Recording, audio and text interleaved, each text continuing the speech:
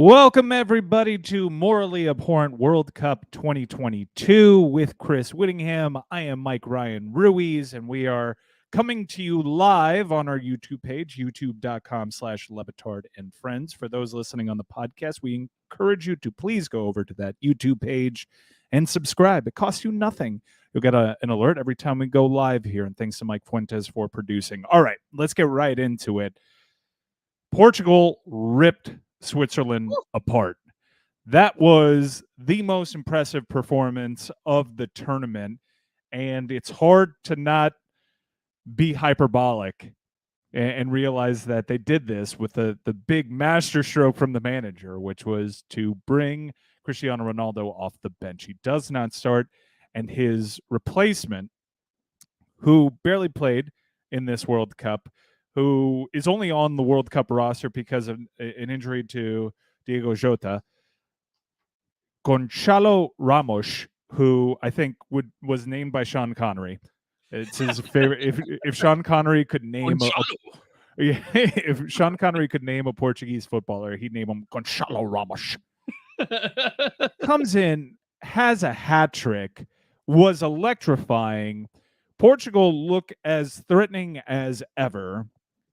They ripped apart a pretty decent Swiss football side and probably ended the international career of Jan Sommer, who I felt so bad for, who at the very last goal, once the 6-1 went in, you could tell that just the glutes would not activate for that. His body told him no.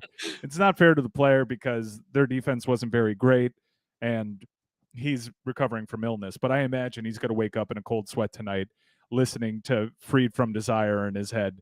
He's just going to wake up going, no, no, no, no, no, no, no, no, no, no, no, no, no, no, no, no, no, no. So Portugal are obviously the story here and steal some of the shine away from that Brazilian performance that was inspiring yesterday. Witty, holy shit. Yeah. And to me, the biggest thing is obviously the performance, and it rivals what Brazil did yesterday and its quality and the quality of its goals. And we can talk about those, but the big decision is the talking point, not just to bench Cristiano Ronaldo, which is the thing that no manager until Ralph Rangnick that got him ran out of Manchester United, and now Eric Ten Hag that has him the subject of pressure for months and months until Ronaldo finally asks out. It's this pressure cooker to make this political decision, and this manager who's done a lot with Ronaldo, and they presumably have a relationship, makes the big call to not only bench him, but as you say, bench him for someone making his first international start, who's 21 years old and is only just kind of coming online in European club football. He's had a couple of good seasons for Benfica, one of the big clubs in Portugal. A complete unknown, not someone that is going to be hyped in the pre-matches. Well, tune in to watch Gonçalo Ramos, although maybe for the next game they will have to because he was so good in this game. He's made the graphic. He's made the graphic. Exactly. I can't wait until they have to forward over quickly some copy to the voiceover guy. Hey, squeeze Gonçalo Ramos in Portugal. Can you get that into the read, please? Gonçalo Ramos in Portugal. Take on Hakim Ziyech in Morocco. Tune in 10 a.m. on Saturday. Fox's World Cup coverage. It was that good of a performance. He was absolutely incredible in this game. And the idea that Portugal, not just with him, but the entire unit functions better. And it's always I love to do the X are better without Y. I love to do the French might be better without Karim Benzema. The Portuguese would be way better without Cristiano Ronaldo. I love doing that because it's an easy thing to say, but it's kind of wild to sort of for Fernando Santos to stick his head out like that and say, yeah, I know that all the photographers, when we do the national anthem, are not going to be aimed at our team. They're going to be aimed at Ronaldo sitting on the bench. It's the A1 talking point if we don't score a goal in this first half. And they just ripped their opponents apart. It was wild to actually see this theory that maybe Portugal could play better without Cristiano Ronaldo actually come to life and work to such a degree. Theory that you've espoused a couple of times in a couple of shows. You alluded to it kindly and not so kindly in some of the group chats that we're in. You were proven right with a thunderclap right off the bat. How much of this was Gonçalo Ramos? And I can't help but break into Connery every time I say it. How much of this was Gonçalo Ramos? And how much of this was just not Ronaldo? anyone that wasn't Ronaldo. Are these opportunities always going to be there for not Ronaldo?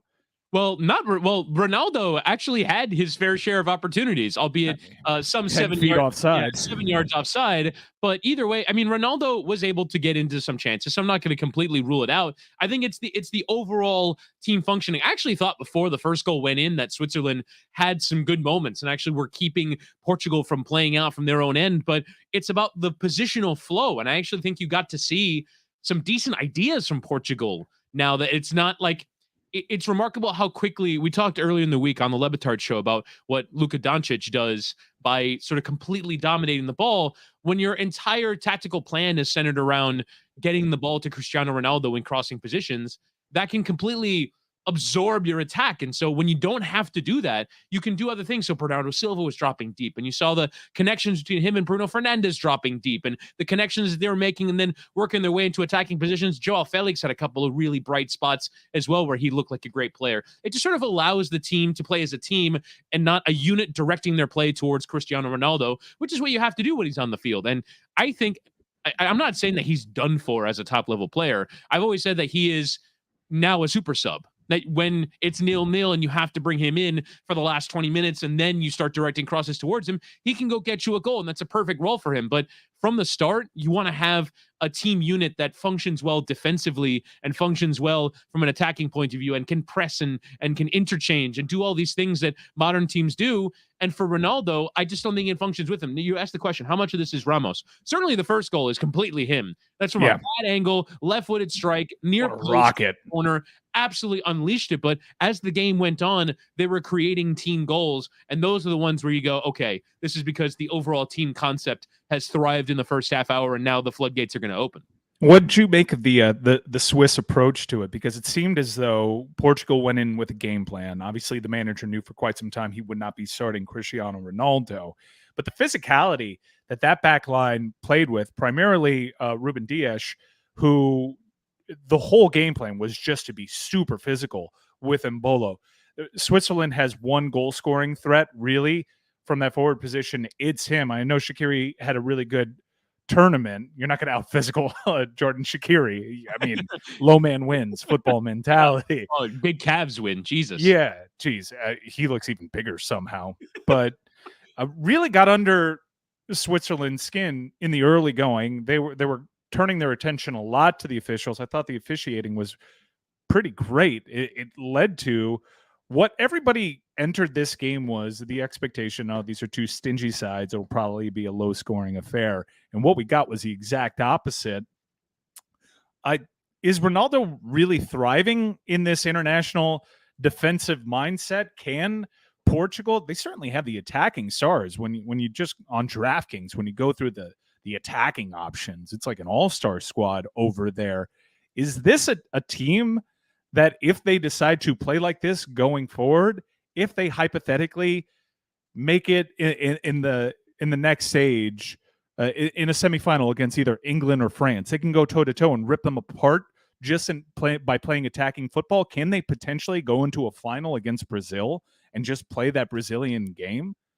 I think what they probably lack in order to completely do that is, one, I don't think that their manager is kind of well suited to do that. But two, I think it's sort of at the base of midfield. When you look at Brazil, they have Casemiro. When you look at France, they have Tchouaméni. When you sort of go on, even, Declan Rice and Jude Bellingham for England, I think that they have great attacking midfielders, great wingers, but the base of their midfield, I think, is a level below those other countries. So when it comes time to dominate games, even against a team like Croatia, they can keep their control of games because they have such talented midfielders. I think Portugal have decent midfielders. I don't think they're of that level. But what we saw today is evidence of they can open things up, certainly against Morocco, which I think is going to be the challenge in the next round. And we'll get to the way that they played Spain in a moment. But I think the challenge for now is, how are you going to pull apart this Morocco team? And they have the threats and they have the method of playing.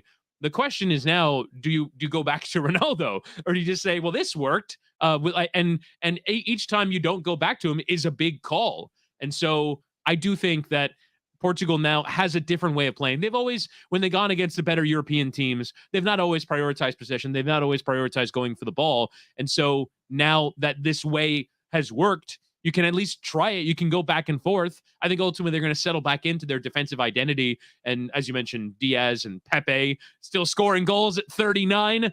He's like, that's a big part of their way of playing. But I do think that they now have another club in the bag, so to speak. Diogo Costa had a really nice save. That second save, he kind of got himself in a bit of a jam, and just the quad strength to be able to pick himself back up and get a hand to that ball. I'm a little concerned about the goalkeeping from Portugal. He's looked a little suspect at earlier times in this tournament. If there is what I'm just saying is keep an eye. There's a howler there. There's a howler there waiting for him, and the Hugo Lloris howler is certainly to come in this tournament. Even though he was the hero today for Morocco, the Bono howler is not far away, because the way that Morocco were trying to play out from the back today against Spain, they had 3 or 4 giveaways that should have been punished. So yeah, and there's some goal, and it's kind of weird that now like Jordan Pickford is the reliable one, the steady hand for England compared to some of these other World Cup goalkeepers. Were you really disappointed with the Swiss? They looked shell shocked from the jump, and I know they battled to get one goal. It didn't even really make it interesting. Portugal were just so class on the day, but this team looked totally surprised by what they encountered. They looked slow. They didn't look particularly strong. They have some big bodies up front, and they folded like lawn chairs a little bit. The goalkeeping has been a disappointment the entire tournament. Breaks my heart because Jan Sommer's one of my favorite all-time goalkeepers. I really expected one of those vintage, organized Swiss performances, really difficult to break down. And I'm really struggling. I know what Portugal did really well, and I know how it not being Ronaldo changed the plans, but 6 goals is still inexcusable for this. Why'd they play so flat? I don't know. And I know they had Vidmer. Vidmer was out sick, right? Mm-hmm. They've been dealing with some illness. Yeah, they've been dealing with some illness, but that doesn't explain what we saw today. What we saw today was a complete capitulation, which was strange because I thought in all 3 of their group games they were competitive. I mean, second half, last half hour against Brazil, they faltered. But who wouldn't against that team? And I went into this game thinking that they probably, of the underdogs in the round of 16, had the best chance, and then they only went and took the biggest hammering, which has ramifications for a pool that we're in. Someone in our friend group is going to be drinking absinthe as a result of that result. So when you look at this Swiss team, I thought that they would have a way of counteracting Portugal, but I wonder how much that's completely thrown out the window by Ronaldo not starting. And I know that there were sort of some messages in the press, and there's a poll conducted by a Portuguese newspaper, and 70% of the fans wanted Ronaldo out of the starting 11. And Fernando Santos talked about Ronaldo's behavior against South Korea, and there were some signs that maybe they'd be going away from Ronaldo, but that's such a big call that you sort of, if you're a manager, thinking they're not gonna bench him. They can't. They wouldn't. And so the fact that he did, I think, probably did catch them off guard. And I would imagine that now, looking at what happened, that they just didn't know how to sort of what the counterpunch was. How do you react? And all of a sudden you're giving away goals from set pieces, and that's when things completely fall apart. In those moments, you cannot give away goals from set pieces. You can't give away goals at in fairly low expected goals territories. That first goal comes from, that chance cannot have been worth much considering the angle and the positioning of the goalkeeper. And yet they gave away some cheap ones, and then it just completely falls apart. And I guess the one thing you can say about the Swiss is that they don't sort of have that defining character about them. There isn't that one player. You'd say it would maybe be Granit Xhaka, but they kind of need 4 or 5 of those. They're sort of a team that doesn't really have that spine in these big games, which is why you haven't really seen them progress in Euros or in World Cups. I want to watch this game back to see what the positioning is of the midfielders, because watching it live, it looked like some of these minutes, and there was a concern for Shaqiri, having played with Chicago Fire, having not played competitive soccer for about a month and a half entering this tournament. You knew what he was going to give you in the attacking sense. I think it was a pleasant surprise, actually, how good he was. And I know he was threatening from the free kick, but their midfield looked a little flat-footed. I know they brought in Jabril Sow, who was supposed to help, and I'm a fan of. I rate the player Jabril Sow. He was an invisible man out there. their midfield from a defensive positioning standpoint, I thought it got ripped to shreds today. João Felix, unbelievable. He's not going to be the headliner because this is a game that featured a hat trick, but I thought he was stellar today. Yeah, that it's sort of symbolized by that one run where he picks it up in his own half, is surrounded by 4 players, and carries the ball 60 yards forward. And that's another one where I get really frustrated by the inability to see this player thrive at club level, because he plays for an Atletico Madrid team that are very negative and have clearly not built their team around a fairly mercurial attacker. He's not the player who's going to put in the hard yards. He's not really the player that can lead a line. He's a second striker, or a striker in sort of the very modern way, but he's a creative, second striker, and he's not someone who thrives in the defensive system. In fairness to the virtues of scumbag football and Diego Simeone, he had a stretch for Atletico Madrid, a really outstanding run of form where he was starting to fulfill his promise in that shirt. So he has flashed stretches being capable of this really hugely expressive special attacking player that he displayed today. I want to see him bailed out. I want to see him led to safer land by a manager that will most take advantage of his skill set. But either way, I mean, there's a reason why. And he started to announce his status at international level. Part of the reason why he earned a 126 million euro move to Atletico Madrid in the first place. I'm curious what that number is going to be attached to Gonçalo Ramos now, after the performance that he put in here against Switzerland. But yeah, I mean, this was sort of tabbed as one of the next big players. And again, we're looking towards another World Cup in 3.5 years' time here in the US, where I don't think we're going to see Ronaldo. I don't think we're going to see Messi. So who are these stars going to be? I hope that Joao Felix by then is one of these players that is of that level, that is commanding of the billboards, and that we're going to get excited to go and watch, because it hasn't really happened for him in the last 2 to 3 years since he's really announced himself on a big stage. And I hope that between maybe this team opening up a bit with no Ronaldo, and at club level, that he can find solutions that allow him to really thrive, because I think we're only just seeing the beginning of this player. Yeah, I think we're only seeing the beginning of Portugal. It seems as though they have a fairly decent succession plan for this generation, with Pepe and Ronaldo on their way out. The young stars are coming online. We haven't even gotten to see their full punch with Jota not being available out there. But if you project this team just in the Euros coming up, and also that upcoming World Cup in 3.5 years, a lot of the names that started coming online in this tournament are going to be fixtures, mainstays by that time, and they're going to be one of the favorites coming out of Europe. They look like they have a spectacular future. I know we're trying to catch our breath, but that was as shocking a result. If I told you 6-1 in that game from Portugal, we knew that we rated the talent. I did not know that they had that performance in them, and it makes me want to reevaluate everything about that side of the bracket going forward, because if that's going to be the Portugal that we get, that potent of an attack, my God, pal, they're coming out of that. They're coming out of that side. Well, I mean, so right now they have, in theory, the on paper easiest matchup in the next round. They'll play Morocco in the next round, and again, we'll get to that game in a moment. But then they'll face the winner of England and France. And going into this tournament, you would have said, well, they're clearly the underdog against either of those teams. I just don't think that, even though they won the Euros in 2016, they've not played, I think, as well as France and as England in the last 2 major tournaments. They've been relative disappointments at World Cups. Even going back to 2014, when they were in the same group as the U.S., and the U.S. advanced ahead of them. They have not been a team that has performed well on this stage. This is by far the best I've ever seen them play at a major tournament. I know, again, you can go through their results. They beat the Switzerland team 4-1 in the Nations League, but Switzerland actually have a better record than Portugal in this matchup. So you hate anti-football. You hate scumbag tactics.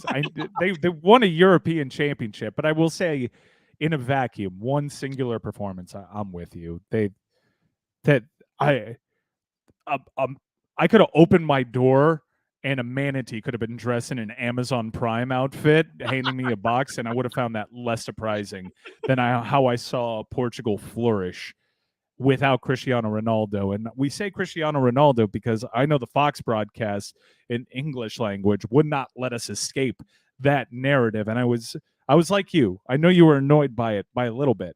But then by the time he was about to enter the game, and This is different in previous incarnations of the World Cup. You'd find this hard to believe, but the rights holders wouldn't even send people out to these games. They'd be broadcasting from a closet. In fact, there were some instances where world feeds would go out and be a very embarrassing look for ESPN at the time because they didn't have people on site to actually give you play-by-play. This was one of the strengths of having people at the venue because they could paint a picture because the crowd was a very pro-Ronaldo crowd, and they added to the theater of this moment, and I was captivated by it. By the time he took his long stretch breath before he rocketed a ball right into the wall, not even not even above the waist, just a terrible effort. Right into someone's midsection. Right. Not even a good effort. But the drama of that moment, you realize that he has it. It's a star quality. He and Messi have it. Neymar also has this star quality, and I couldn't help but falling for it. I fell for the narrative. I fell for the theatrics of it all, and I was sucked in by this larger than soccer storyline. The photos of the camera crews taking pictures and video of Ronaldo singing the anthem from the bench. I kind of felt for him because he can't even gracefully go into that. And part of that we can't ignore is his own doing, right? But he knows that the cameras are going to be on him when his team scores, when his replacement scores a goal. It has to be incredibly awkward. Your first reaction can't even be one of joy. It has to be more calculated than that. And you have to think about how your reactions are going to be dissected by the media. So it's a little sad, but you could tell he was reveling in the spotlight by the time he came in. For sure. And even in the warm-ups, and even there's a giant smile on his face when the row of cameras is in front of him. And yeah, you're right. In some ways, it's kind of a bizarre situation because yes, he has created this narrative for himself that he does not sit. He does not go to the bench. He is bigger and better than going to the bench. And yet when he has to go celebrate a goal that his replacement has just scored, it's almost like, well, I have to perform. Like, I have to go perform my joy for this player. I have to pretend like I'm actually thrilled for this guy and not at all going to get several days worth of tweets about how Gonçalo Ramos has 3 more goals in the World Cup knockout round than I do in my career. That he's going to hear all that stuff. And we know on the evidence of the interview that he gave to Piers Morgan, he reads all of it. Like he knows exactly what's being said about him. The narrative for him until they play their knockout round game is not going to be pleasant about Cristiano Ronaldo. And he's got to go out there and sort of pretend like he enjoys that. Hey, isn't this great? But I think it does go to show like the way that when the world congregates, which is in theory what the World Cup is, although we don't really know what the Qatar World Cup crowd looks like, right? We don't know if it's a bunch of Portuguese fans who have traveled, or is it a bunch of tourists that like decide, hey, I'm going to go to Qatar because I have the money to do so. We don't really know what the crowd is like, but the people in the stadium, I think, were not reflective at all of this reported poll that went out of Portuguese fans that don't want him in the starting lineup. People there bought their tickets to go see Ronaldo. And when they make a giant noise for him, I was annoyed because in some ways, it's devaluing the sport that we saw, right? We saw this team put on this incredible performance, and they were sensational for the 70 minutes. Ronaldo was going to come on for a very perfunctory 20 minutes. It was not going to look nearly the same, and yet they seem to have gotten way more excited about this guy running around and being offside for 20 minutes than about this amazing performance that unfolded before that. I think you have to. I think you made a great point in saying that a lot of people paid to see Cristiano Ronaldo, and we're excited to get that. We're Miami Heat fans. We still get charged up when Udonis Haslam's corpse is running around out there and getting some minutes. I can't even imagine the excitement if one of the world's most famous people checks in and you have posters of him on your wall and you get to see him line up and do the pose right before a free kick. So I think there are certain connection points over there. It's cool that a younger generation gets to see him in a World Cup. I remember when I first started really getting into soccer and following it weekly in 2006, Portugal had the dynamic where it was Luis Figo's last ride. And you had heard about all the great things that Figo did, and you'd seen them occasionally, but not week in and week out. Soccer coverage and its availability here in the States was a lot different than it is right now. And you saw the young buck in Cristiano Ronaldo being welcomed into that next phase of Portuguese football. It's not quite the same friendly handoff transition. Ronaldo's trying to hold on to that role, that fame, that slot, that captaincy as long as he possibly can. So he's not finding the willing mentor. He's not finding himself being the willing mentor that Luis Figo seemingly did, at least optically. He said all the right things. Ronaldo's not really here for all of that. In fact, some of his pre-match antics, whether it's going through the tunnel, making sure to dap every player up. I don't know how Cristiano Ronaldo would approach that usually because he's never been in this position. All of it seems so performative. And it's where I really felt bad for him because everybody is now reading into every intangible thing that they can, and sometimes tangible too. Body language is a real thing, although it's hard to read his face because it barely moves.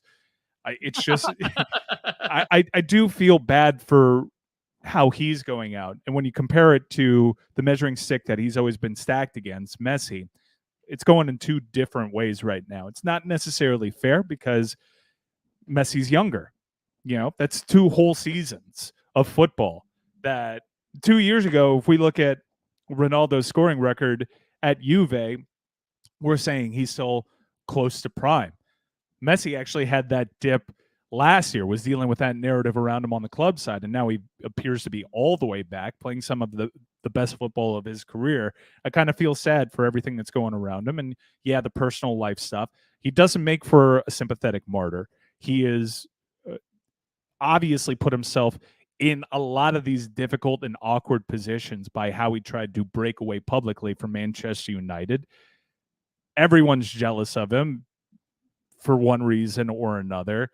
But I do think that the player and the situation should garner a little bit of sympathy. And if Portugal can continue being successful in this tournament and he can make whatever deep run make sense for him in his mind, if they end up lifting the cup, it's going to be a big win for Cristiano Ronaldo any way that you slice it. So I hope that he can try to navigate this a little bit more deftly than he has so far. It's difficult because the media around him is just going to turn everything into a headline, but it's a circus and we're enjoying it. Let's turn our attention to the early afternoon game between Spain and Morocco, and the underdogs warned us. This is a round where blue bloods survive and you get chalk and you talk yourself into underdogs having a chance, but in reality they don't go through. Japan had an opportunity and they just totally biffed the PKs. So all that was left for us, for a realistic superdog to go through to the next stage, was Morocco. And we said this was a tricky spot. We've been highlighting this potential matchup for quite some time. It's basically a home crowd. Morocco now de facto host nation for the rest of this tournament. They played their game, the same exact game they've played all tournament. No, not a lot of XG, but not a lot of XG for the opponent. This time they conceded more possession than they had previously, but in the final third, Spain wasteful. I thought the Spain defense did a really incredible job sniping some of these counters. Laporte had one of his better games that I can recall seeing. But ultimately, it came down to those PKs that Luis Enrique had his team practice 1,000 times. And you had zero evidence of that. Why are the PKs in this tournament being so poorly taken? I have a theory. I'm interested in hearing yours. I think the commonality between the two that we've seen, Japan and Spain, is, I would say, a lack of power.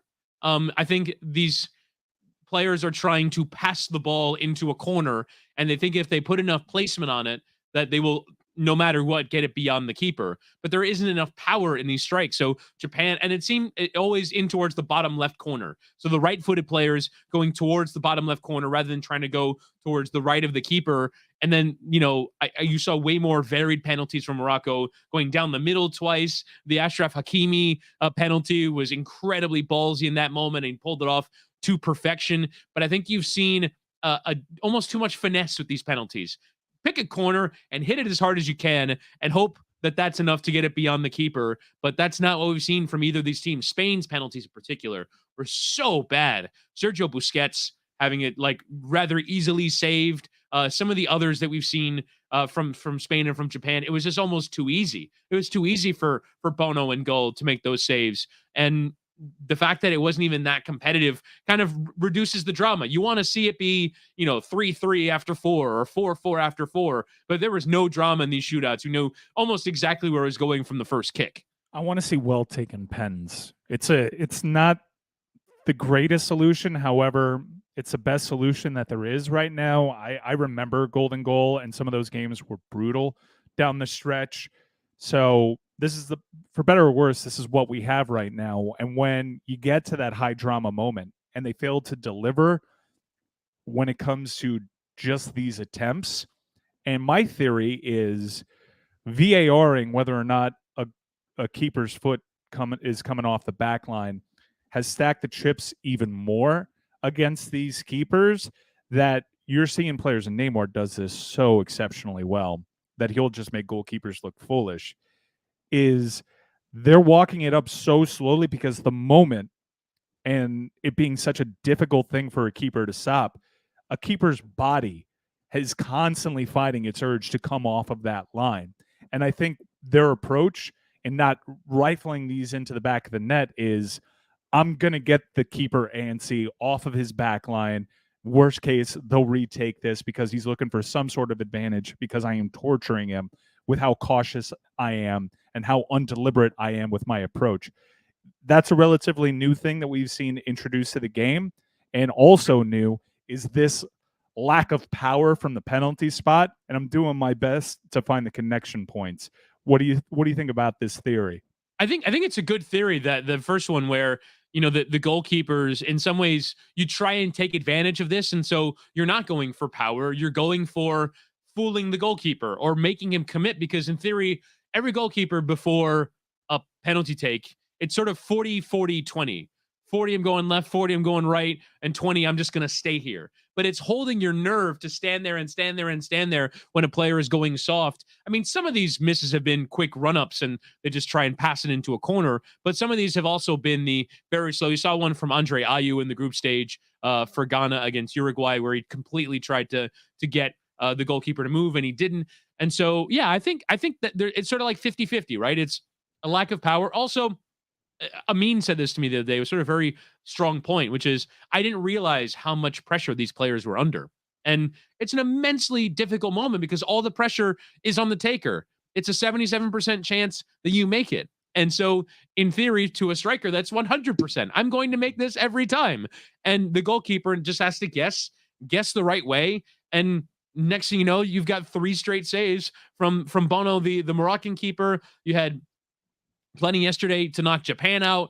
It was remarkable the way that those 2 shootouts panned out, where it seemed like if any of the 11 players stepped up, they were going to have a chance at scoring. Lewandowski also against France had one of these really peculiar attempts, which is what I think we all want to see someone rip it the way that Pulisic did in the Nations League final, which is just, I'm going upper 90, I'm going to clobber this. You can guess right all you want, but you're not going to, if you get your wrist to this, it's not going to matter because I'm going to take the risk with it. We all want to see that. We're not really seeing that in this World Cup for whatever reason. We laid out a couple of theories. Let's talk about the Moroccan performance because they dragged Spain into the mud.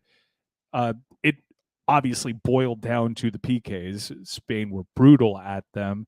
Morocco was really good about them taking their penalties, especially Hakimi's, and he does a Jalen Waddle celebration, which has now gone worldwide. I want to concentrate on Hakimi because I thought he was brilliant. Morocco had a couple players flash today. Ziyech not being one of them. Ziyech had 4 fouls today. I don't think he has had 4 fouls ever for Chelsea, like in season-long campaigns. I was floored by the effort that Hakim Ziyech was displaying, and I sincerely hope for my club side they can tap into that. But Hakimi was the best player on the pitch today, at least for me, and I think he sealed a legendary performance, certainly in the eyes of his country, with that game-sealing PK. Yeah, and we saw the way that I thought Sofiane Boufal in the 90 as well put in some really solid performances. But yeah, I think Hakimi and that entire defense put in a performance where the design was, we don't think that Spain have enough cutting edge to pull us apart. And honestly, you kind of want to figure out why they haven't been able to do this, and why this has become such a problem for them. I thought the same thing at the Euros as well. Their performance at the Euros was we pass and we pass and we pass and we pass, but we don't have cutting edge. Even if you go back to when they won the thing in 2010, they didn't score more than 2 goals in any one of those games. They beat Switzerland. They lost to Switzerland in the opening group game 1-0. They beat Honduras 2-0, Chile 2-1, Portugal 1-0, Paraguay 1-0, Germany 1-0, and the Netherlands 1-0 in extra time. That was their run to winning the thing. And so they can absolutely dominate a game, and you won't get chances off them because it's hard to get the ball off them.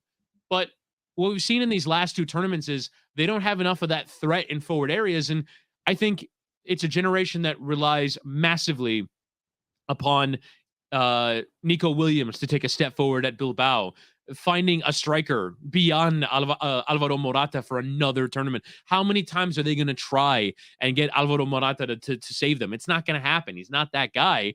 And I don't know how Spain, like, it's sort of interesting how each national program sometimes struggles to produce positions. Even like Brazil, yesterday their fullbacks were Eder Militao, a center back, and Danilo, a right back converted to left back. Like, they don't have great fullbacks. Every team sort of has that bizarre weakness. And so it's obvious that this team, their weakness is in forward areas. They don't have cutting edge. They don't have the creativity, the pace to get beyond someone. The pullback zones aren't found. Crossing opportunities you're not going to have with a team that is as technical. Like, what is their route to scoring goals with all this passing? And again, today they completed over 900 passes, and they will pass you to death. But what happens at the end of that? I love the possession. I love the beautiful game, but Spain are the ultimate in toothless possession, and they did it for 120 minutes. And the only time we saw it from them was against Costa Rica. And very clearly now that was the outlier. And that performance made me think, boy, Spain at this World Cup are going to be amazing. I thought that they were the team of the tournament on the evidence of that performance, but it just ended up being the same story. Really frustrating from Spain, and Morocco certainly had their part to play, and you have to give them huge credit for it. Morata probably had his run of most consistent form in that national team shirt headed into this matchup, and today I think he turned into a pumpkin. And while they finally got their transition to this generation in that midfield, they finally found the replacements for that golden generation. They look strong in that midfield. The possession stats kind of tell the story a little bit. Center back is an issue. The Llorente move was a curious one from Luis Enrique today. And while Morata has had some good moments lately in some big matches, it's not the answer. They got to do better. The fact that they've struggled for seemingly 5 years to fill that position is a problem. I thought the keeping, they addressed that. Maybe they found their number one from here on out. I was worried about that. I thought the keeper acquitted himself nicely. I was confused as why Azpilicueta wasn't in this. I thought he had had some good performances in that national team shirt. The decision to constantly play midfielders at the center back position this tournament, it's just classic. Okay, we're done here when it comes to the manager. You go out in that embarrassing fashion, and even though they go out in the same stage, believe it or not, the U.S. had a better World Cup than Spain. And that's a Spanish team that opened this tournament with a touchdown shutout victory, a 7-0 over Costa Rica, and yet they lost twice as many games as the U.S. men's national team did in this tournament. Luis Enrique is not going to survive this. If you look at Spanish soccer Twitter right now, it's ugly for him. Really puzzling decisions that if it worked out like it worked out for Portugal, you become a national hero. But when you've played for the clubs that you had, representing country as divided as Spain is already, a very strong Real Madrid portion of that country is going to be looking to push you out the door. And he gave them every excuse to. Yeah, I mean, Marco Asensio, I think I'm going through the lineup. I think Marco Asensio is the only Real Madrid player to have started in this lineup. Yeah, Marcos Llorente plays for Atleti. There's a ton of Man City represented, a ton of Barcelona represented. But yeah, only the one Real Madrid player in this starting lineup. And I mean, if you go through Real Madrid starting lineup, they don't have a ton of Spanish players. Like, they have imported a ton. But yeah, I mean, it is a genuine surprise that this Spanish team cannot produce the forwards. And Ferran Torres went to Man City with the hope of becoming that. Very quickly went back to Spain and sort of in and out of the lineup for Barcelona. Dani Olmo was playing for RB Leipzig, but hasn't really come online like that big talent up front. And yeah, I can imagine the Spanish. Look, I would be surprised if a manager took over and changed the way that they tried to play. This is who they are. They have to just be better at it. And it's difficult in national team windows to develop cutting edge and possession. It's the most difficult thing to do. The most difficult thing to do is to use the ball to create opportunities and have genuine threat. And they certainly have the bits down where they all know how to play the one-touch passing and all that stuff. And like you say, play midfielders in defense. Although I don't think the midfielders in defense thing hurt them in this tournament. I mean, I guess other than the fact that they didn't win the group, Japan did, and maybe being on the other side of the bracket, they could have done more than Japan did against Croatia. But I mean, you ultimately ended with a matchup against Morocco. That's a matchup that Spain, with the tradition that they have, has to win. So yep. I don't think it was the midfielders in defense thing. I think it was they have not been coached properly enough to have cutting edge in games like this. It was a striker thing. It was a striker thing that undid them, because I was impressed by their defense's ability to track back and snuff out a lot of these great Moroccan counters that we've seen all tournament long. They're very efficient with their chances, and they didn't really have that many chances today. It's the story to tell here is their inability to produce a quality striker that they trust in these big tournaments. They need to address that. The point that I was trying to make about a divided Spain is, while Luis Enrique played for both clubs, he's more recognized as a Barcelona player, and he certainly managed Barcelona. When you enter a tournament, granted, that's really Real Madrid's own doing, because the roster is kind of breaking away from Spanish players at the moment. It's not a great Spanish roster, but it leads to criticism entering a tournament from a very powerful white contingent. I mean that from the team color standpoint from Spain. When you go out that way, you're going to have half the country feel passionately that you biffed this from the jump. And that's why Luis Enrique, in all likelihood, is gone. Well, and remember that ahead of the last World Cup, that Julen Lopetegui reportedly took the Real Madrid job right before the World Cup started. He got fired, then took the Real Madrid job and got fired after 6 months in charge of Real Madrid. And so, again, the club dynamics, I mean, that's a difficult one. And in some ways, you kind of have to take a manager that's separated from those club dynamics and sort of be agnostic to the Real Madrid Barcelona thing, because the politics, you can argue, played at least some part in the last two tournaments. When you look at the way that the politics have affected Luis Enrique as a former Barcelona manager and Julen Lopetegui as the Real Madrid manager, he got fired and they had to put in some interim who very much looked like an interim. I remember him at the last World Cup. So the last three major tournaments have not gone to plan as a result of these dynamics. But I just don't know where they go from here, though. Like, it's on. I mean, Barcelona brought through this generation of new players that three of whom are in the national team. Alex Balde, Gavi, Pedri. They're in the national team now, but they didn't produce a forward in that bunch. They have not produced a forward for some time. They go try to buy players for 100 million. That's why they're in bankruptcy issues right now. And so it's a genuine problem that they have to solve before the next one, because it always, whenever we get closer and closer, it's always, are they really going to go to this World Cup with Morata again? With Pablo Sarabia again? It's going to be the same guys as last time. Okay, let's see if it works this time. Negreros, it's always been a mishmash, and they thought that they found a replacement for what, in retrospect, was an embarrassment of riches at that position when they had El Nino and David Villa.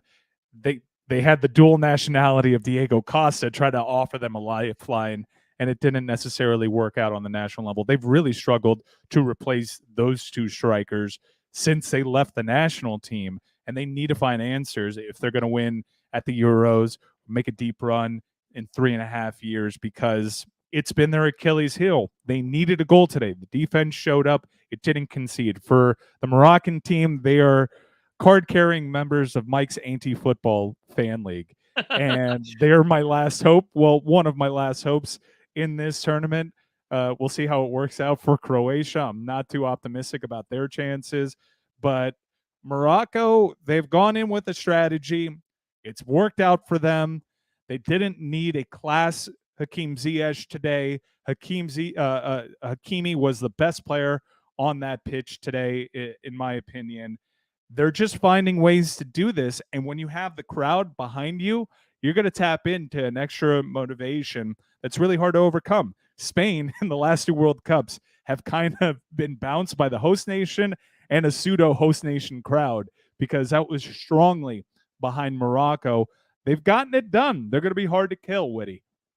Yeah, and that's their hope going into this next game against Portugal, because on the evidence of what we saw today, that could be a potentially really difficult game for Morocco to take on this Portuguese side on the evidence of how they performed against Switzerland. But they, I think you can say, with their formula, can give anyone a game. I think that they have enough in the forward areas with that front three to when they get counters, they can look threatening. I think today they had, well, again, not high quality chances, but some chances, and they look threatening in moments. And you have to give credit to Rodrigo and to Aymeric Laporte for putting out some of those chances and for genuinely allowing Spain that platform to go forward. But Morocco have a game plan now. And if it's go to 120 minutes with Portugal and try and beat them on penalties, they will have at least a mental advantage now that they've gone and done it. Their goalkeeper made 3 saves in the shootout. So it's one of those where we know what the formula is. It's not terribly complicated. They're going to try and ugly this thing up against Portugal, and maybe they'll get lucky. And Fernando Santos will pick Cristiano Ronaldo from the start, and they can take advantage of a Ronaldo-led Portugal. Now is when I get really sad about the state of the tournament, because we have 2 days off from this tournament. We're going to look forward to that and recharge our batteries personally, but it's also kind of bittersweet because the really fun, wacky volume of just sheer insanity is going out the window. And now we just have the high drama and high stakes of match at a time, pretty much, though there's some quality doubleheaders still left for us. I'm starting to get sad because we're very close to the end of this thing. There's 5 days left of meaningful soccer left. 5 days. When you put it that way. Friday, Saturday, next Tuesday and Wednesday, and then the final on the following Sunday. That's tough to hear, as morally abhorrent as it may be. It's been a pretty good tournament so far, and it's providing us some really exciting matchups here in the next round. So let's try to take a treetop view now that we know all the matchups here as we get into the quarterfinal stage. What are you most excited to see? I think easy for me, the marquee is the reigning world champions against the European runners-up, France, England.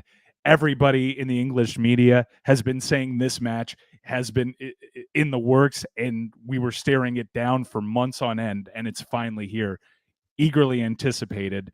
It is a mega match. Yeah, and I have sort of no idea where my head's at on it. I think based on what we've seen so far at this tournament and the fact that Mbappe, I think, is so clearly the singular talent in this game, and sometimes that wins you World Cups, you would favor the French, but I am not going to underestimate the English here. I think the English have a lot of threat as well going forward. Their midfield has been great at this tournament. I actually think they look better with Jordan Henderson. I think they look better not in a back three. I'll be curious if they change back to a system they've trusted in games against difficult opposition. They might go back there and try and negate. I think they have to learn a major lesson from the European final against Italy, where they scored early and were way too conservative. I think you have to give France a go. You can't just say, well, we could get beaten for pace down that right side because you have John Stones and Kyle Walker who's still coming back to full fitness. You cannot be thinking about what could go wrong. You have to think about how you're going to beat France. And that, I think, is a lesson they have to learn from Italy. And they can go and do it. They have big talents up front with Harry Kane, with Saka, with Phil Foden. They can bring Jack Grealish off the bench. Hopefully, Raheem Sterling can be available in time for this game, and that all is taken care of back home for him, because you want to see them at full force. And you have to figure out a way to, I think the biggest point of this game is going to be that midfield battle, because we've seen France be reasonably okay without Kanté and Pogba, who sort of anchored their midfield, with Tchouaméni, with Rabiot, with Griezmann doing a lot of dirty work coming back from a forward position. But England, I think, if you look at the matchup, have a better midfield. And so can they exert that control in a meaningful way, have more possession, control the game a bit more, and take it to France? Because I just don't think that they can absorb pressure for 90 minutes. They have to be sort of on equal footing. And that's the thing that I most enjoy, is that these are two heavyweights that are on reasonable equal footing that you would imagine are going to approach this game with the thinking of, let's go win this. Think about the midfields, though, that France has gone up against this tournament. I don't think they've truly been tested. The toughest midfield they've gone up against was probably, well, I know that they lost a game, but they weren't particularly great. Mbappe bailed them out against Denmark. This is certainly the biggest challenge that midfield, sans Pogba, sans Conte, are going to face, and I don't think we can accurately judge them until we see what they have with regards to their opponent this weekend in England. So a bit of fool's gold there. I say, I heard your points about not planning about what's going to go wrong and do your best to play your game and go out and win this. Does that mean Trippier is back in your starting 11? Do we not see Kyle Walker out there? I know you're worried about the speed, and Mbappe is a speed demon out there, and France generally play very quick. But how do you line up your starting 11 if you're Gareth Southgate right now? Unchanged. I would just say I feel good about the way that we've played in the last few rounds. I think we can be controlled, which I think is the way that they like to play, even out of a back four. I would probably stick with Kyle Walker just for those pace reasons, but it's not like Walker doesn't give you anything going forward or isn't a decent crosser. I guess he's not quite the set piece taker that Kieran Trippier is, and you can understand that maybe set pieces are a way to get back into the game. Maybe Trippier is sort of a second half sub if you need a goal, because even though he's a right back change, he can provide a genuine threat from set pieces. But I think you go with what brought you here. Maybe they have France specific game plans. Like you said, they've been thinking about this game probably for a while. They looked at the bracket and say, well, if we win our group and France win their group, that's the heavyweight matchup that we're facing. So you've probably given this match some thought for real time, and maybe Southgate has a prepared plan. We know that if they do change system, that they will be prepared to do so. It's not like they will be like they haven't played in this way for several tournaments, so they'll be fine to do so. But I want to see them play in the same way. I want to see them go with Rice, Bellingham, and Henderson in that midfield, with Saka, with Phil Foden and Harry Kane up top, and Shaw, Stones, Maguire, Kyle Walker, and Pickford in goal. I want to see an unchanged team from them. This England team is really well suited for these international tournaments going forward, and we saw them obviously make the final their last attempt at a major tournament. It's because they have a very versatile roster. Southgate has so many options available on his bench that he can beat you several different ways. So I think in talking it out with you, I'm on board going unchanged from their last performance. They looked pretty good. Not necessarily in the early going, but they found their footing and they got it going.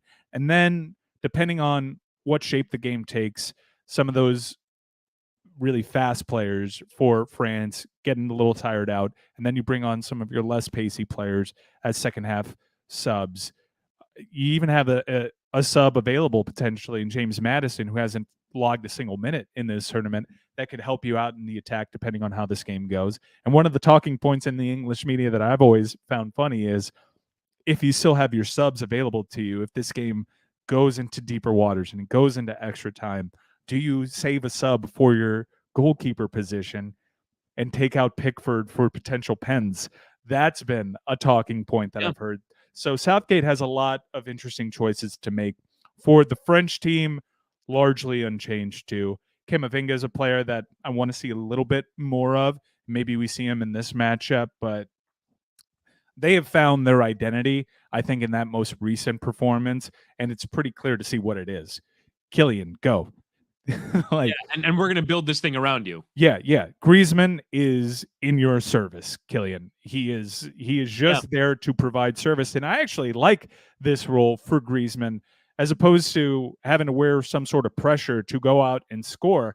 I'm really enjoying the creative aspects of his game. As a player that I've had my opinion on him fluctuate from tournament to tournament, from stop on his professional career throughout, several stints now at Atletico Madrid, through a fairly disappointing stint at Barcelona. This is how his game, I really think, can age with grace. And I think clubs that are looking for someone to upgrade their service, potentially even in this January window, he might be appealing by the performances he's logged by playing second fiddle, living in servitude of one Kylian Mbappe. I think it's been quite revelatory and unexpected. Completely agree. And it's not at all predicated on anything we've seen from him, like you said. I mean, I guess at Athletic, you certainly have to defend. He often plays a second forward, either with Diego Costa or Luis Suarez or with whomever they've had down the years. So it's not completely foreign to him, but still one where it's like, dude, like normally a forward of his stature is not doing that kind of defending and not, like you say, acting in service of another player, right? And I think in some ways, that's the thing that Deschamps has always prioritized. You go back to the last World Cup, they have Blaise Matuidi starting in that midfield the entire time because we just need someone to be like, all right, you're on that left side. You're going to help Mbappe for when things transition. You're going to help cover and help make this thing work. And it's really been the job of Rabiot and Griezmann to do that job. And it not only allows for Mbappe, I think the interesting dynamic, and maybe the one thing to counteract my point with not changing system, is that when you're considering that left wing for France, it's not just Mbappe, it's Luca Hernandez. And the pace, excuse me, Teo Hernandez, who's got ridiculous speed down that left wing. And we saw a couple times where he just like took off like the roadrunner going beyond Mbappe, and that pace can be terrifying. So how do you make sure that that area of the field is covered defensively when both of those guys go, I think is a real concern here heading into this game against England. Is France susceptible to a surprise start from Southgate? Say he goes with Rashford and Kane out there. How does that complicate things for the French? I think what Rashford gives them is sort of a direct running in behind, and you sort of know, all right, the game has changed. He's looking to run off the shoulders of defenders and try and get in behind and catch France out. Whereas Foden doesn't quite have that lightning pace. He's a technical player that's going to try and engage defenders, get around them, use his creativity, and open a team up. I think we see the very different ways they go about their game.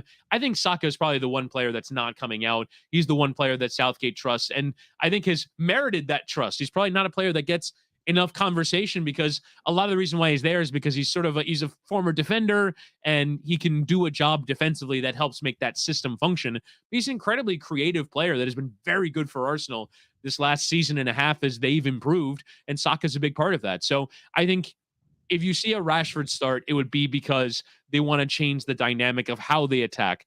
And if they change to a back three and put Trippier and Walker in there, which is a possibility, you played the back three and you go Stones, Maguire, and Walker, and Trippier at right wing back, you're basically saying we want to make sure we have this right flank covered. So I think those are probably the two ways that I think they would change, is to just have the left side of France's attack covered and go about attack in a different way by bringing on Marcus Rashford. The table is set for a classic overthink here from one of these managers, and I'm so eagerly anticipating the team sheets for that matchup. Let's quickly do some predictions. Let's start with the match that we just covered in depth. France v. England. Who comes out? How do they do it? France 2-1 in extra time. I think it's a heartbreaker for England, and they will again go out of a major tournament. I probably, given how much I've respected England, should have picked them to win, but man, France have been irresistible at this tournament. I think they're going to do it and get to a semifinal and will be in real threat of repeating as World Cup champs. I've been surprised with how good France has been, and that's also including a random loss that they had to Tunisia. I was hearing a stat that every time that Brazil has won this tournament, they've done so flawlessly. They never dropped the result. There's a couple World Cup wins that they had tied, but they had never been beat. So if they win this one, it would be the first time that they'd suffered the loss and went on to win it. I'm not ignoring that Tunisia performance. They were going for it in the second half, and they still weren't very good. I think this is a game that we realize, oh shit, this isn't nearly as good a French side that we're seeing as we thought we'd get a couple of months ago. No Pogba, no Conte, no Benzema. They navigated it pretty well so far. I think now it finally comes and bites them. I'm going 2-1 England in regulation time, and a match that is worthy of all the hype attached to it. I think that this English team has been together a little bit longer. They know their identity. They know that they could switch it up depending on the opponent. And I just love the answers that Gareth Southgate has at his bench compared to a pretty depleted French national team where Nunuku is not there. Like there's just a lot of options that the French national team does not have at its disposal. So I just like how this English team is set up. Not saying that they're going to come out of the semifinal, but I just think that it's going to catch up with the French national team. So I'm going England here. On the other side, I think you and I, based off of this performance, both have Portugal getting through a stingy Moroccan side. How do you see that going about? Do you think that one gets dragged into the mud? I think Portugal has played that way in the past, and they may get sucked into some bad habits. We can't just say that this is Portugal, and the one that we saw today is the Portugal that we're going to get against Morocco. But can I wait for the starting lineup? It all comes down to Ronaldo. It all comes down to Ronaldo in the negative sense. No, you're right. I think one of the things that we try and do during a World Cup is build relationships and themes and storylines that make sense from game to game. And I think you make a good point that maybe this France performance so far has been overvalued by their opposition, right? I mean, their group wasn't great. Their knockout round opponent wasn't great. They've done what they should have done so far. But at the same time, I do think that what we saw from Portugal, I think in the overall, Portugal has been pretty good at this tournament. I know that they didn't blow teams away in the group stage, but I thought that they could have potentially headed for a bit of a disastrous World Cup because of the Ronaldo situation. It seemed like things were going wrong, but this is a very good team that has mostly performed very well at this tournament. I think that they have enough to beat Morocco in this World Cup knockout stage. I think they're going to get through and reasonably comfortable. I'll go for 2-0. I'll go for 2-0 as well. Portugal has really made a believer out of you, and all they had to do was not play arguably the greatest player of all time. that was like catnip. That was catnip for Chris Whittingham. So I did say in our group chat when the team sheet came out, Portugal not starting, Portugal to win 6-0, and I wasn't far away. You weren't far off. So let's go to the other side of the bracket quickly. The Dutch versus the Argentinians, two historical powers, neither of which has really played exceptionally well. Argentina, we thought that they were finally going to round into form, and then they had a much more difficult time with Australia than I think most had anticipated. We still haven't seen the Dutch's best game. We finally saw signs of it where they just tactically tore the U.S. apart and waited for the opportunities to present themselves, and then, oops, nobody's far post. Imagine that. Basically, they realize, oh, they're starting two Fulham guys back there. Let's just attack that. And it ended up working out for them. Dumfries had a game for the ages. This was a dark horse entering the tournament, facing what most people picked as the champion, the tournament favorite in the eyes of many. What do you anticipate in this matchup? The one thing, though, I mean, yes, that is sort of the predicate for it, but I don't think that that's been the case in terms of the quality of their play at this tournament. I think the Netherlands were very good in the group stage. I think even their own manager criticized aspects of their performance against the United States. They took advantage of moments, but also Argentina has only really taken advantage of moments. They've done so with more of the ball and a bit more control. But you go back to the chances that they created against Australia, I don't think that they were brilliant. So I think my lone feeling about this game is that I think it will be ugly. I think it will be 0-0 after 90 minutes, and you'll start to see players tire in extra time, and then anything can happen. And we know that Louis van Gaal loves to make a goalkeeper change before penalties. That's actually going to be my very specific prediction about this, to copy a benchmark from the Total Soccer Show to do a great job. My very specific prediction is that this game will result in a goalkeeping change before the end of extra time that the Netherlands will make to try and beat Argentina in a shootout. And it will not work, Argentina winning on penalties and getting to the semifinal. I favor Emi Martinez if it goes there. So a really big-bodied keeper that hasn't totally flashed what he's capable of. It's actually been kind of poor at times in this tournament. So I think he's going to need to show up big time against this opponent. Not a lot of chances in this game. I'm with you, but I think Argentina get it done in the 90 minutes. So I'm going to say 1-0 to Argentina. I just think Messi is too good right now. It's at this age, he's playing some of his best ball. So I'd really, and I don't often root for Argentina. Matter of fact, I dislike it very much, but I'm salivating over that Brazil Argentina semi. You want to talk about theatrics and drama. We all want to see that. So I'm going to be rooting pretty hard to see that, despite the storyline surrounding the Netherlands and their manager. All right, so we have Argentina getting through, Yes. saying that Mhm. the sub for the keeper will not work for the Netherlands, and Argentina gets through yet another ugly one. Kind of comparable to their previous run to a final back in Brazil, where they weren't ever really spectacular, and yet they found themselves there at the very end. We'll see. I don't want to look ahead beyond that semifinal, but I think you and I both anticipate Brazil is going to beat Croatia. And if there is potential for any of these to get ugly, most people would pick Morocco just because of the talent disparity. But man, this Croatian team has played a lot of minutes in a lot of tournaments recently, and they're asking a lot of some older players. And I just think if Brazil get an early one, then we might be off to the races and we might be samba dancing again. So I'm gonna say 3-0 Brazil. Yeah, I think with Brazil, we might. There's a chance that there was a bit of hyperbole about what they did to South Korea. I think Croatia are a level above South Korea, but I still think that they are comfortably better than Croatia. I'm not going to say 3-0. I think this one's going to be closer. I'm going to go for 2-1. I think they're going to get a 2-0 lead. Croatia will get a late goal to kind of make it an interesting finale, but I think Brazil will ultimately get the job done. They are an order of magnitude better than Croatia.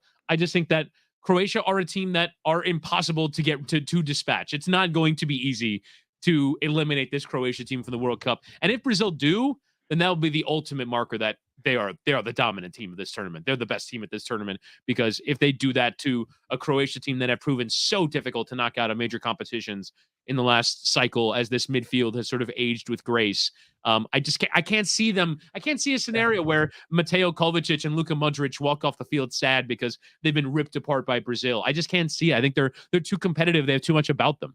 Yeah, in hearing you talk, I'm going to walk it back a little bit. 3-0 is far too harsh for a Croatian team that's really difficult to score on. And Gavardiol has turned into one of the marquee players of this tournament, in line for a top of the line move in Europe. Keep your eyes on him during this game, because he's going to be put in some precarious 1v1 scenarios with how Vinicius can take players out wide, and you got to deal all of a sudden with a really on form Neymar, who miraculously recovered from a pretty nasty looking ankle injury. I am excited to see what Gavardiol can do against Brazil, if he can be the eraser that he's been so far. Really big bodied defender, tough to get around. Does he have the agility, the lateral movement to keep up with these samba soccer warriors for Brazil? Because I can't help but be hyperbolic, because I was catching my breath watching them play the last match, and we're all going to go in there anticipating it. There's going to be a lot of over bets on this game, and the first 15 minutes can be a bit of a rock fight, and that's going to be the strategy, to save their legs for a deeper water matchup. That's how Croatia has been successful in these tournaments. They don't do it in regulation time. And Brazil, outside of that South Korean game, have been slow out the gate. So ultimately, I think Brazil's class and the minutes will catch up to Croatia. So I'll revise my pick. I'll go 2-0 Brazil. And we'll have Brazil, Argentina on one side of the bracket. You say France. Did you say France? I did say France. Yeah. You got France against Portugal. I've got England versus Portugal on the other side. Either way, a glamour Final Four. All we got to do is make sure Morocco doesn't make it and spoil the party. And Well, we've got but it would also be a win for you and your view of the game if anti-football made it to the semifinal of the World Cup. But I think if they don't make it, I think we're gonna have four amazing teams that are going to be. It's going to be heavyweight battles, and that's what we want to see. That's what the World Cup is about. In some ways, it's the Stugatz version of March Madness. Is have some fun in the group stage, but ultimately, when it comes down to it, let's get some heavyweights into the final. If you look at the field in terms of first-time winners, you have Croatia, Netherlands, Portugal, and Morocco as first-time winners. I don't think any of them can win it. I think it's going to be another repeat winner, and we continue to be on, I believe, 8 countries to have ever won the World Cup.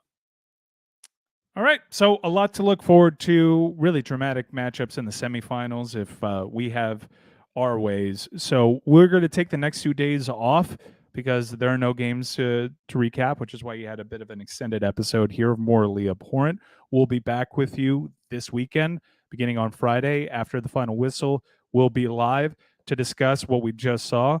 Hopefully, the matches are a little bit better than they were in this knockout stage. Nothing really memorable. Even the PKs were not super dramatic because they weren't well taken. So hopefully, we can get some really super memorable matchups. What was the best match of this knockout stage? Was it probably Japan-Croatia? Yeah, just because I think there was more in it than the game that went to extra time. I think this round was highlighted by, appreciating dominant performances more than it was about competitive games. Like, you can turn on Portugal beating the shit out of Switzerland and be like, wow, this is impressive. This is the game at the highest level. Same for Brazil. You're sort of appreciating dominance more than you are enjoying sporting spectacle. And for different reasons, we're appreciating the spectacle of 2 of the game's greatest players, and Cristiano Ronaldo being captivating for different reasons than Lionel Messi is right now. And it's been a real treat watching Messi step up to the plate, welcome the moment, and wheel his team to victory through individual performance. So hopefully we have more of that in store. We'll catch up with you in a couple of days. Till then, check out all the other stuff that Metalorg has going on. Cooligans have been coming at you daily. There's so many great things that Grant Wall has been doing from Qatar Witty. You've been producing that show. I've really enjoyed your contributions to that. So make sure you check out Football with Grant Wall. We'll be with you here on this YouTube stream, youtube.com/Lebitard and Friends in a couple of days. Till then, I can't say let's go Saints anymore. So let's go soccer. Let's go soccer.